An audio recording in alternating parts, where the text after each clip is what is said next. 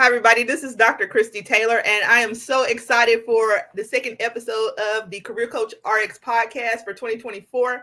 I'm excited about my guest today, Mrs. Pearl Chiarenza. She is a mindset wellness coach. Am I getting it right, Pearl? You correct me if I'm wrong. That's right? What it comes into. Mental fitness, life coach. They follow the same. You're good. Well, I'm so excited to talk to you today because we really just became the offset from a awesome vision board party where we talked about mindset. And I guess that's why even though I have it here in front of me, that's why that word just came to mind, right? And we talked about setting the vision for 2024. Now, I would be remiss in this episode if I didn't start off with just saying, guys, I want to dedicate this episode to my cousin, Letitia Wilson, who recently passed away, who was always her authentic self in everything that she did. So this is a very befitting conversation today as we talk to Pearl a little bit about being your authentic self, not being a people pleaser, and how we as women can lead the way in making sure that we set the example for others in a workplace and in an environment from a mindset, mental fitness perspective. That's a great title for a coach, mental mindset coach. I'm still getting mental fitness. Mental fitness coach. So Pearl, tell us about yourself and how you support women and people in the workplace and what inspired you to do this great work that you're doing. Oh, thank you so much. And like you said, prayers to you and your family. It sounds like your cousin was amazing. And I'm going to circle back to her in just a second as well. But yes, my name is Pearl Chiarenza. I am a mental fitness life coach, author, speaker, and I am here because my journey was overcoming people pleasing. I am a recovering people pleasing addict. You probably could have asked me to help put your socks away in your sock drawer, and I would have been, I'm coming, let me come help you, right? And so as I went through a journey in 2015, after a 6-week course of my identity and destiny, I had to give my I am statement. And at the end of my I am statement, my friend that I met in the course, she called me out and said, I still hear nothing about Pearl because you didn't hear me in my intro say that I'm also a wife and I'm a mom of 2 boys. One is 24 and my other one, we unfortunately tragically lost him 18 months ago in a car accident. His name was Matthew and he's forever 25. And so I am also married to my husband of almost 40 years. So you heard me say those titles after who I was. That's a big part of why I coach and do what I do with the women that I work with. Whether you're a CEO professional mom or you're a CEO mom that's running the household business, because if I'm going to talk to you first, if you're at home and people say, well, you're just a stay-at-home mom, you correct them right now and tell them, nope, I'm running the business of my house. And if you're a CEO professional mom, you are running 2 businesses. You're running a professional business and you're running the business at home. And it's not meant for you to have to do everything at home. And that was a hard lesson too in my people-pleasing recovery, is to understand that I can empower my family, my husband, and my 2 amazing boys to be part of the business of running the house. I don't have to make all the dinner. I don't have to do all the laundry. I don't have to do all the cleaning. And that's so important, because if you're listening to this and you are somebody who gets stressed out over the thought of even making a grilled cheese sandwich after a long day of doing for others, you and I need to talk, because you have to understand, like I had to learn, that the word no is a complete sentence and you should say it as happy as you say yes. And for me, what took me down that path, Dr. Christy, is I had to take something like a rock, and I have it at home. I'm actually at a great event right now, but I had to take a pebble and made a commitment to move that rock 3 times a day to say no to something or someone, so that when I said yes, it was something I really want to do. But here was the aha, you guys. I realized that saying yes to everybody, I was keeping doors closed. So maybe Dr. Christy had a great event that she wanted to do that empower people to create great vision boards. And I was like, yes, let me go do it. Now I do vision boards, but maybe at the time it wasn't a good fit for me. And I said yes, and I probably wouldn't have showed up 100% like I should have. Yeah. Or maybe you run a nonprofit for dogs. I love my dogs. And I said, yeah, let me go help you fundraise. I'm not a good fit for that. So I started to realize that, oh my gosh, Dr. Christy does great vision board events. Let me introduce you to her. Or my friend, she is great with dogs. She knows lots of people that can connect you. So my point is to say that is that what are you saying yes to and what are you saying no to? And I want to call out and make a call out to your cousin. because from what I heard you say, she understood that. Yes. So I'm going to get really real with you guys right now. You just heard Dr. Christy talk about her cousin and how she was her authentic self. You are with yourself 24 hours a day, 7 days a week. And I can promise you that when Dr. Christy and her family go to the eulogy for her amazing cousin, and if they were asked to say what they saw her do for herself, I'm sure they could say many things about her from what I'm understanding. And so that's my question to you, and I'm going to hand it back to Dr. Christy, but that's my question to you. If tomorrow you are not here and all your family could say is what they saw you do for yourself, what would they say? You have been speaking for a total of 5 minutes, and I think I took 3 pages of notes. So I want to touch point, because you're spot on. I mean, she was an amazing person. And as I'm sure your son was, and so many people in our lives, right? People being their authentic self. I want to start with you just saying that no is a complete sentence, right? But I can't, because I'll forget if I don't point this out. This has been a reoccurring theme about in the last couple of podcasts and events that I've done about, as from a career coach perspective, that your resume is not your obituary, right?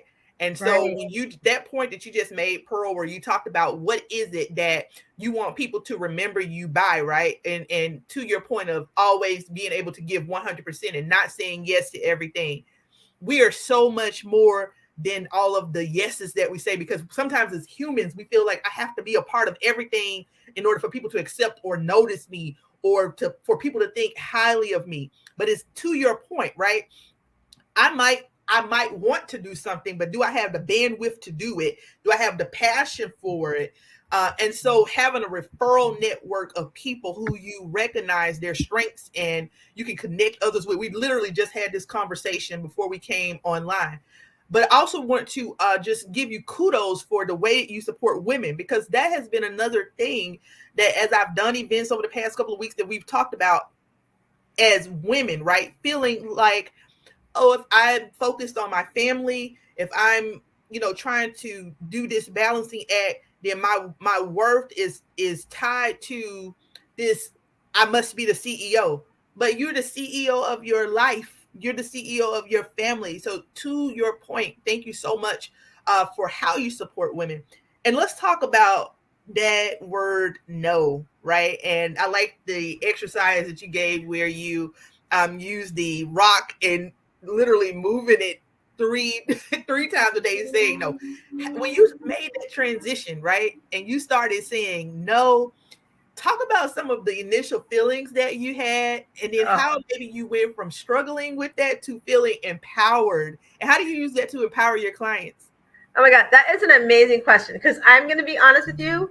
It is not easy to say no. It is so scary to say no, because you're going to think, they don't like me. They think I'm selfish. They think I don't care about them. That's so farther from the truth. That's our mind.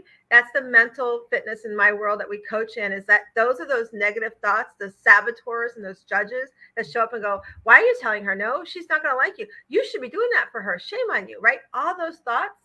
But listen, the way you sage that is part of the coaching program that I do. Is we talk about things you can do simply as like rubbing your fingers together, just to kind of take some time out, understanding and saying to yourself, if I say yes to that, I'm not going to be happy, and I'm not going to get the things I want, and I'm not going to show up.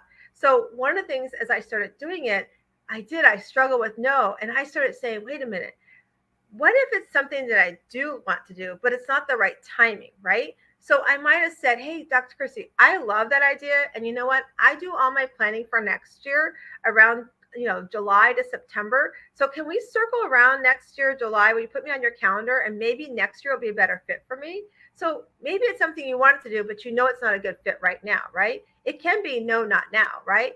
But it also can be straight no. Oh my gosh, Dr. Christy, that sounds like an amazing event. And you know what? I want to be able to do that 100% for you. And it's just not something that's calling my heart right now, right? And then maybe you do know somebody and you say, but Dr. Christy, so-and-so, oh my gosh, she would be perfect for you, or he would be perfect for you. Let me make the connection. That was the aha for me. I realized I was keeping doors closed, but I could open the doors, and I became what was known as the connector. people would say, oh, ask Pearl. She'll know somebody that might be able to do that, right? And it's so important to understand that that's our own self telling us that no is like selfish, that how they're going to think about us. That's our brain telling us that, all those negative thoughts. Just sage them and understand. Say, if you're listening right now, I want you to stand up. I want you to yell no, like you're dancing in the living room and nobody watching. I want you to practice saying it every morning. No, no, no. Because when you do, it starts to become comfortable. And that was one of the things I had to do too. Not just the rock, but I had to practice saying no. I had to practice like, no, Dr. Christy, I just can't do that for you right now. I appreciate you asking me. It can be as simple as that too. Right. Yeah. The ideal of practicing saying no. We both do mindset coaching. I do it in the context of, it sounds like, when you talk about mental fitness, it's also incorporating the holistic life coaching perspective, right?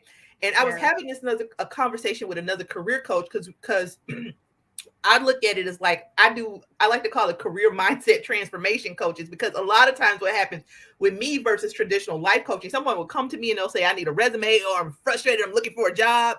And we'll start with those pieces. Okay, you need a resume, but then I start asking questions, which opens up the can of worms, versus when somebody comes to you from a traditional life coaching aspect, is usually really broad. And then you are asking the questions to narrow it down. Right. What I find so amazing about your experiences is what you're sharing, and we briefly touched on this, is like, it's not only applicable to just everyday life, but let's talk a little bit about the workplace and women in the workplace, right? Sometimes when we talk about having your seat at the table or trying to rise in your career, that people pleaser mentality really comes into play. I've experienced it where I've attempted to be the people pleaser and am learning from it, recovering from it, right? And I think becoming a mindset coach has really helped me. Right. But what has been your experience, in the workplace and in general, your clients, and how do you support women? I'll say this to your exercise that you give about, the figures. I had a client who I was working with, and we were talking about setting boundaries and the art of saying no, right? And I use a little certificate app on my phone, and I was like, this week I want you to say no 10 times to people. And when you report to me back the instances where you said no, I'm going to issue you a Hell No Bravo Award certificate. I love it. So, what has been your experience with supporting women in the workplace who are really struggling with this? I want to climb the corporate ladder, but I don't know how to do this without being a people pleaser. They're not comfortable with themselves. Yeah, that's a great question. And I want the app because now my clients that are listening, look out. I think we're going to be doing some more exercises with that app. But no, that's a great question. I'm going to go back for kind of a little bit of my experience. So before we moved here from Virginia to Florida, I had worked for a telecom company. And during that time, my telecom company, I'm going to age myself. It's before we could enter you mailed us your check for your payment. And my staff was responsible for processing the check. Now, here's the thing. Those payments had to all be recorded by the last day of the month. So that last week and a half, 14 days of the month, my staff of 6, they were probably working late. And here's the thing. We were in 3-piece suits. Like, we were in business suits as employees. We didn't get to come like today, the workplace that we have options today, be a little more relaxed. So my staff were salaried.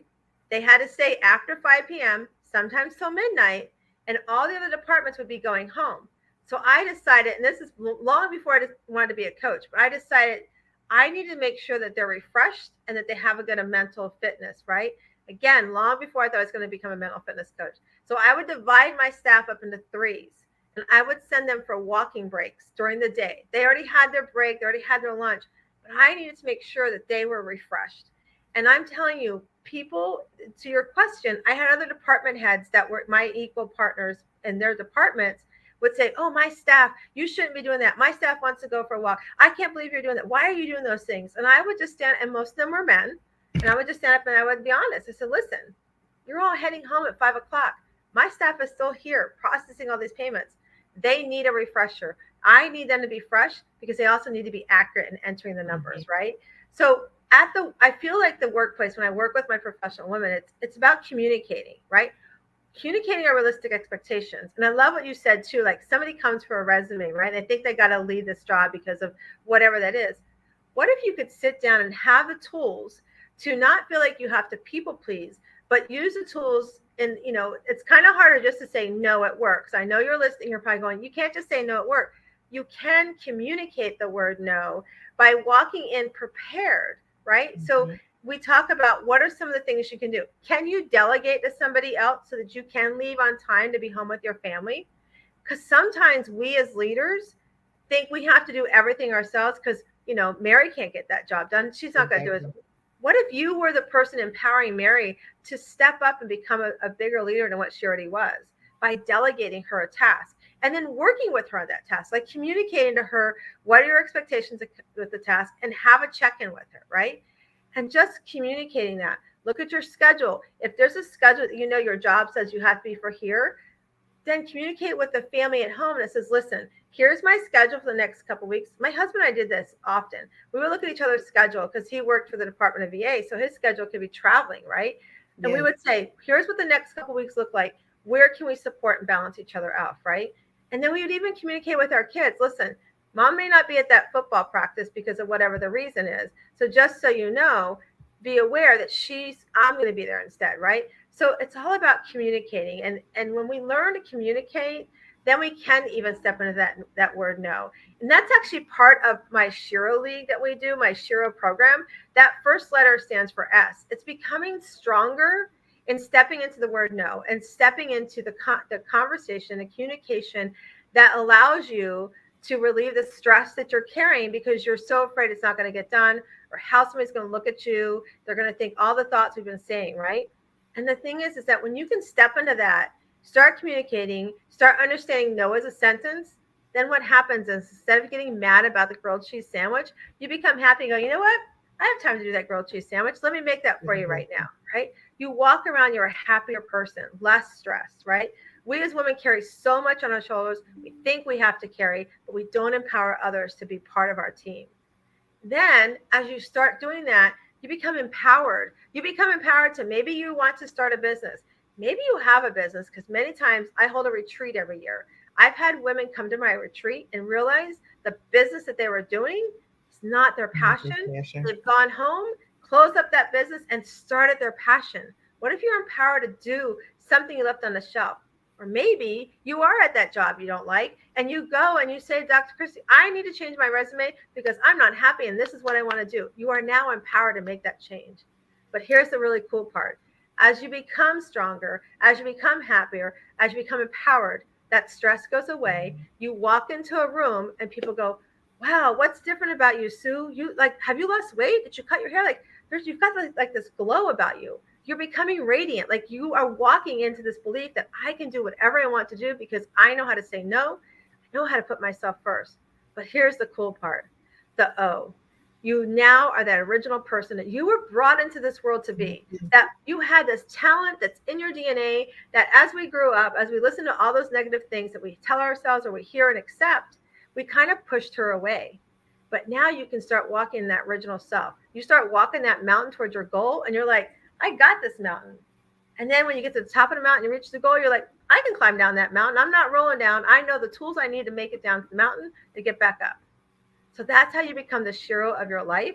And that's why I love when I work with women, Dr. Christy, is to help them walk that GPS roadmap of walking into that Shiro they are.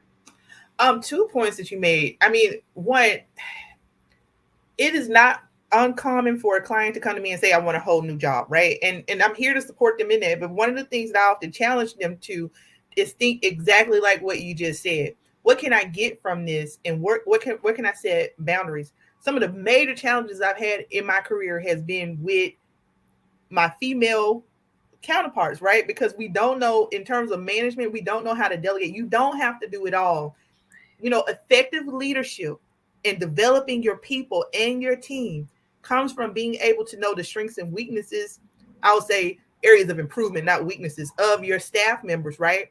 And being able to develop them. And part of that means to delegate tasks that's going to help to strengthen them, to help to build. So the struggle is already there in terms of we as women at the table feeling like we need to have to prove ourselves 10 times more. But just because you feel like you have to prove yourself, sometimes it's like you said, that is mindset. And even though it might be even realistic, if you have a team of people working for you, you can totally delegate and use it as opportunities for development.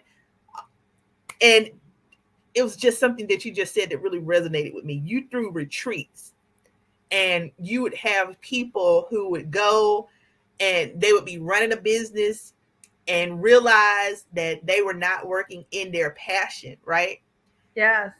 I tell clients from the job, because I'm not an entrepreneur coach or business coach. I strictly focus on the workforce, right? Your job might not be your passion, but we can get you to your passion, right? But it might not be today. We're going to build a roadmap for you. Yeah. And what can you use this job as an opportunity to build and leverage your skills? So but for true. Women that are in the position that you spoke about, right? There's avenues, whether we're in the workforce or entrepreneurs, of pursuing our passion. Those women, those are powerful examples of your influence, right, Pearl, on these women in terms of doing this mindset reset, as I would like to say. So, what's some of the feedback for the women that you've worked with that have done this transition to passion and realizing it's okay to reset and restart? What's some of the feedback that you've gotten from these women about their experiences? I love that question. And I'm going to tell you 2 examples. So I have this one client. She wanted to have a new dining table, and she was okay with keeping the chairs she has. She wanted a new dining table, and she also wanted a particular car. So her and her husband were looking at cars. He had in his head what kind of car he wanted, but she knew what she wanted. So we sat down and we worked through, okay, what is it you want? And let's talk about, like, what is his love language? Like, what are his concerns? His concern was the money part, right? So what we did is we talked about, okay, let's present to him options, right? So we know that his concern was money and the cost of it, and also safety with the car. So we created 3 options for her with the dining table and a couple options for the car that she wanted. So she went back and she communicated to him. Let me tell you, she got the table she wanted. Actually, she got the chairs with the table she wanted because she was comfortable just reupholstering the chairs, but she got both. And she actually got, they came to an agreement on one of the cars that they both agreed to. So she found that she had her voice by coming to my retreat. And I want you to know that was the first retreat she attended almost 4 years ago. And she just finished her 4th retreat with us this past September. So that's one example. Another example I want to give you is if you go and watch, they're called the Bethunes. They're also known as Red, White, and Bethune. Jen came to my retreat. She had a tragic family happening. She lost her son, and she was coming to my retreat. Now, my retreats are no makeup and your PJs all the time. And she was like, Pearl, I don't think that I can do this because I have to wear makeup. You see, makeup for her was how she could get through the day. And I was like, you know what? We're going to make an exception. You're going to wear makeup, and part of your story is why you wear the makeup. I want you to know she was so empowered and inspired by the women that were there at the retreat. But the morning she was due to speak, she did not wear makeup. And here's the best part. I want you guys to go follow her, because what she did is she came home from that retreat. Her and her husband decided their passion was to get on the road and spend some nomadic time with their kids. So they sold their entire house, her business, put, I think, 4 kids, 4 dogs, and themselves in a Bluebird bus, and they've been traveling around the country. And so I just want you to know, if you're listening, you can do it. It's just communicating, going after your dreams. And those are both 2 examples that go back to your cousin that said, I'm important. I want certain things in my life, and it's time that I do that. And that's part of also circling back to the Shiro method that we do. We talk about, what is that passion? And, Doctor, it might not happen, like you were saying a few minutes ago. It might not happen right now, but how do we get you there? Yeah. Here's another example too. I have a client that, is in a relationship that they're not sure if they want to stay in that relationship. So they're kind of at a crossroad, right? So I had to say, listen, if you want to stay in this relationship, I can help you. I can guide you how to be happy in this relationship, how to communicate your expectations, and how to live the life you want to live. And if you're not sure and you think you want to go out of the relationship, then let me know, because I've got people, mentors, and resources I can connect you with. But you have to make that decision. And so sometimes it's hard for us to make the decision and we don't know what that decision can be. And once you step into the decision, you might say, it's going to take me a couple years to get there. How do I get there? Hence, working with a coach like myself, working with someone like you, Dr. Christy, like finding that mentor or that coach that can help you. Because there's no shame in asking for help. Absolutely. Let me tell you, when I lost my son 18 months ago, my Shiro League, which is, we have a community of women that we get together every Sunday evening from 8 to 9 p.m. Eastern time. It's on Zoom. It's not recorded. We celebrate the triumphs and we help and lift each other up with the setbacks. And when I lost my son, those ladies, I created this group out of COVID because I saw women being stressed out, trying to be teachers, trying to do their job, trying to manage a household. And I was like, I need to do something. And that was my way of starting the Shiro League. And let me just tell you, I started that as a need that I saw for other women. I never knew how much they would be enveloping me in that support that I needed back when I lost my son. So it doesn't hurt to start somewhere. It doesn't hurt to ask for help. It's really communicating what you need to others. I really love the fact that you so many coaches that I've interviewed and people I love, the one thing I really love is the fact of the jump mindset to just do it. Start where you are. I wanted to make sure that I touch point with you because I hear you espousing this ideology of a connector. And when we talk about how to stop being a people pleaser, when we talk about being our authentic self, we're getting to the end, and I want to make sure that you have an opportunity to plug your business. But I just want to make sure that I ask you this question of how empowering has it been for you to become that person that is the connector? And I'm asking that because so many times as coaches, business owners, women in the workplace, we feel, and that's where the challenge comes with delegating too, being the connector. You might feel like, oh, I'm losing business because I'm passing that opportunity on to someone else. But I already sense and know just what you say. Your attitude is totally different from that. So how empowering is it for you to be that connector? And how does it relate to all of these things that you talked about today when we talk about saying no and building your platform and connecting with other women? So I'm going to start with that CEO mom that's home. I want to tell you what was empowering for me was my two boys saw me start becoming that Shiro self. My son, not too long before he passed, actually the day before he passed, he said, Mom, I'm so proud of you. Like, I see the things you're doing. I see how uplifting you are, but I see you smiling all the time. I don't see you stressed all the time, right? So be that example to your kids, even your boys. I don't have girls, but teach your boys how to help their future significant other women in their lives. Like, teach your children this way of living a life of no. Because they can struggle with that, but my boys saw me do that. So I'm going to share that on the personal side. On the professional side, the other side, like, it's to say no and really, like, people ask me all the time, how are you getting up, Pearl? Because you're so strong. I would be in bed all the time if I lost my child. Yeah, can I tell you honestly? Yeah, sometimes I just want to stay in bed, and guess what? I allow myself to do that. I allow those feelings to come. And the thing is like, when I get up now, it feels so great to do things like this with you, to say to other women that are listening, if I did it, you can do it. And I know we hear that all the time. If I did it, you can do it. Yeah. I just want you to know, just start where you are. You are loved. You are amazing. And ask for help. You'll have all my links down below. I'm going to share some in a minute, but just reach out because it's going to change your life when you start. It's not going to be easy. It doesn't happen overnight. It probably took me a good 90 days to be like, okay, no, but it gets easier. So I just want you to know that, I've sat in conferences. I'm at a conference right now too. And I hear people go, oh, you can make this. Yeah, but you got to start somewhere. So why not start today? Well, Pearl, this has been an amazing conversation when we talk about this ideology of mental fitness and empowering women. What I've really enjoyed about this conversation with you is that although I am monolithic in terms of the career and holistic health as it relates to that, you come in and you add another perspective to this discussion on holistic health and life coaching because you're helping women from all different backgrounds and experiences. So as we begin to wrap up this podcast today, where can people find you? What information do you want to share? Information that you would like to plug? So on the screen is my Shiro, the link to get to our Shiro. It's wsliving.com/Shiro, SHERO. That's the one place. You can always just email me, hello@wsliving.com.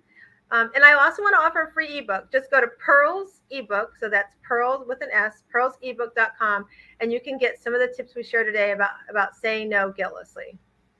If you tuned in today, we also have placed Pearl's information in a description box as well as the chat links. And so you make sure that you reach out and you contact her. I don't believe this will be the last time that I have to speak with Pearl.